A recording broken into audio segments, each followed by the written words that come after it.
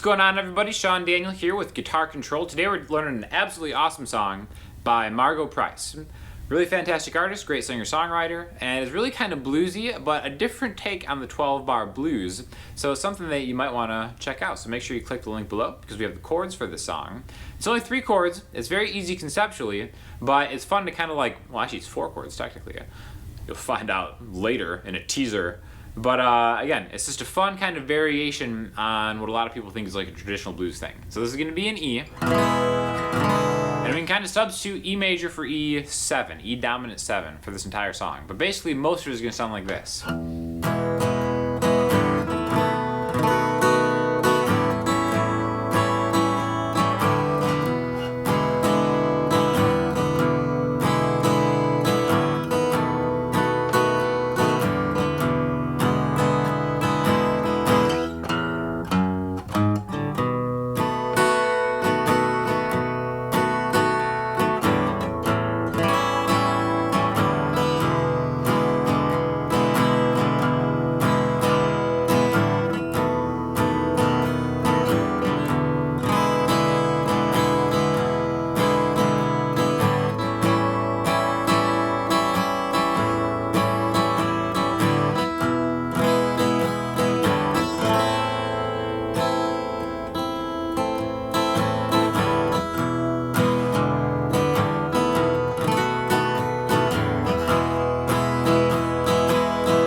So, very kind of like, bar blues traditional with a little bit of a twist, alright?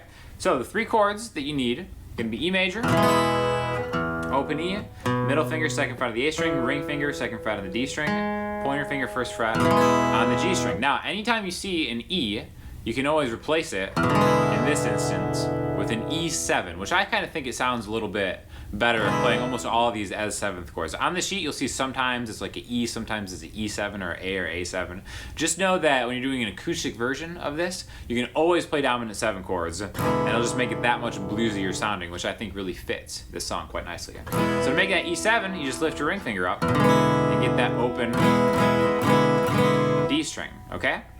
The next chord we're going to need is going to be A major, so open A, 2 D with my middle finger is the way I'm playing it, 2 G with my ring finger, 2 B with my pinky, and then open E, and then to make this an A7, you can just open up the G string, and then B7, okay? So middle finger, really, let's just take that E major chord, and then switch the strings for your pinky, or your pointer finger, and your ring finger. And that's really, I think, the easiest way to go from an E major to a B7. And then if you want to add your pinky to make a really wild party B7, grab the 2nd fret of the high E string right there. So E, A, and B. Now in blues world, which is where we're in right now, currently, this is going to be the 1 chord, the 4 chord, A, and the 5 chord, B, back to 1, okay? And again, if you look at the notes in the key of E major, E is 1, F sharp is 2, G sharp is 3, A is 4, and then B is 5. So that's where we get the 1, 4, and 5. Very traditional blues way, but the progression is interesting because we have a 1 chord to the 5 chord to the 4 chord to the 1 chord. Okay, so that's how we're going to move around. Different blues variations are, maybe like 4 bars of 1, so on and so forth. This is really just kind of one after another. E to B7 to A7 to E7. That's the first time around. And the second time, we're just going to go E to B7 to E, and then stay on E. So again, if we think of this as like an 8-bar thing, first bar is E. This next bar is a bar of the 5 chord, a bar of the 4 chord, a bar of the 1 chord. Then after that, the next group is the 1 chord to the 5 chord to the 1 chord. Okay, so that's what is mostly the verse. Now, there is actually kind of a slight variation the second time around. Instead of going E, B, A, E, we're actually going to take that that B out of there. We're gonna stay on E, not go to the B, then go to the A, and back to E, and then same as before, E, B, back to E. Okay, so again, if you want to keep it simpler, and then just repeat the bar of E, bar of B, bar of A, bar of E, that's totally fine. Just know that sometimes when she plays it, the second time around in the verse, it's going to be staying on the E twice, and then going E, or A, back to E. So you just kind of skip the 5 chord and just keep the 1 chord there. You can always do that in a blues thing, right? So again, after that time, now we're going to transition into the chorus, okay? The cool thing about that is there's some space before the chorus starts. So again, if this is the last B to E, 2, 3, 4, 1, 2, 3, 4, back to the B chord. It's the 5 chord to the 4 chord to the 1 chord.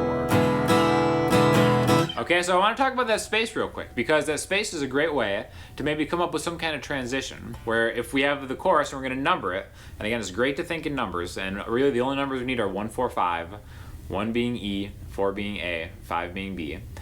The next progression is going to be a 5, 4, 1, B, A to E. But we have some space to get into that 5 chord, and one cool way to do that is to maybe connect notes in that scale, right? So again, remember this is the end of the verse. E to B, back to the 1 chord, and then space. Bum, bum, bum, 5 chord.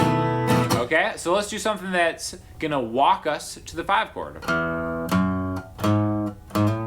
That could be, these are the notes that we have to choose from that are in the scale, in the key of E, between E and the 5 chord B. Open, 2, 4, and 5. Really, anything you want to do with those notes is a way to lead into the B. Now, if we just want to have like a bow, bow, bow, bow, we could do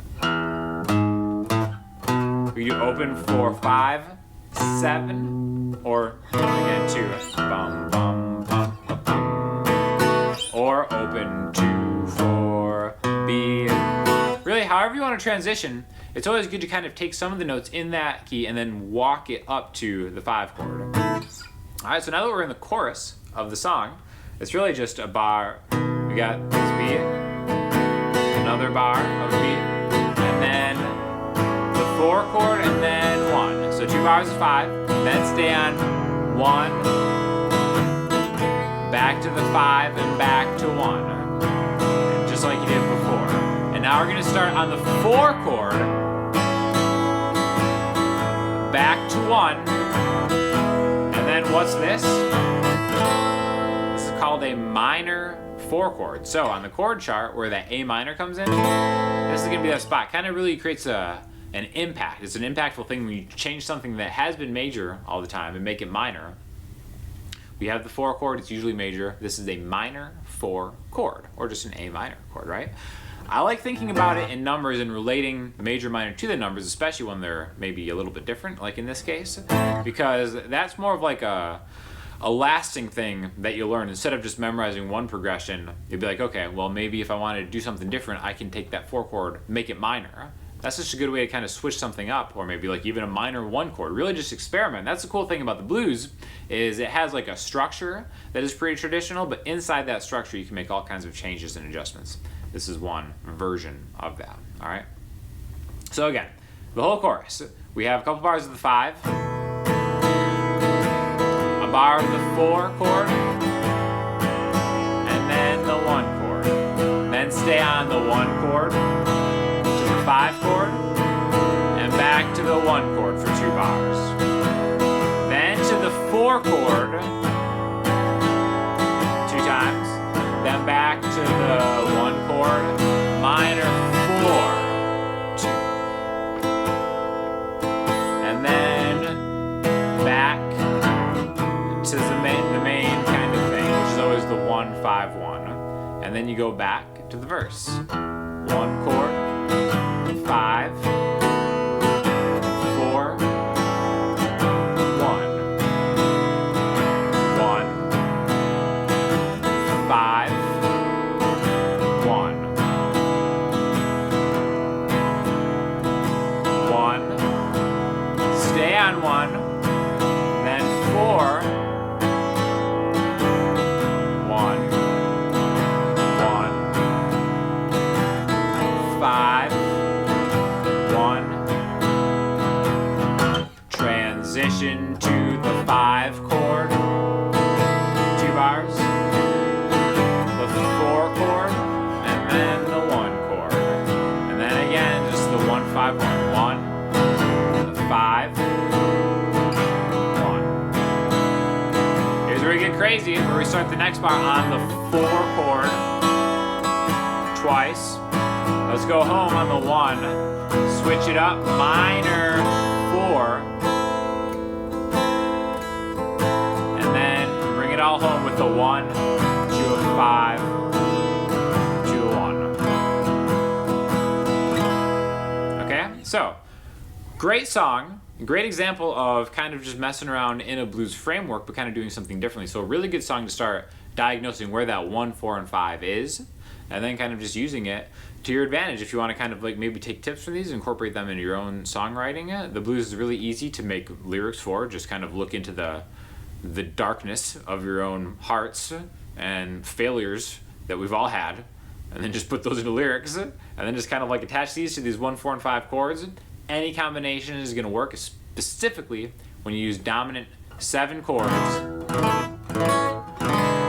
in any key, right? That's why it's really valuable to learn dominant 7 chords. There's a lot of different lessons on the Guitar Control channel by myself, other great instructors doing other blues kind of songs, maybe even like playing lead over something like this. But Margo Price, really cool artist. If you've never heard her before, check it out. Big fan. And anything else you guys want to see, let us know in the comment section, and we'll get back to you very soon. Thanks a lot.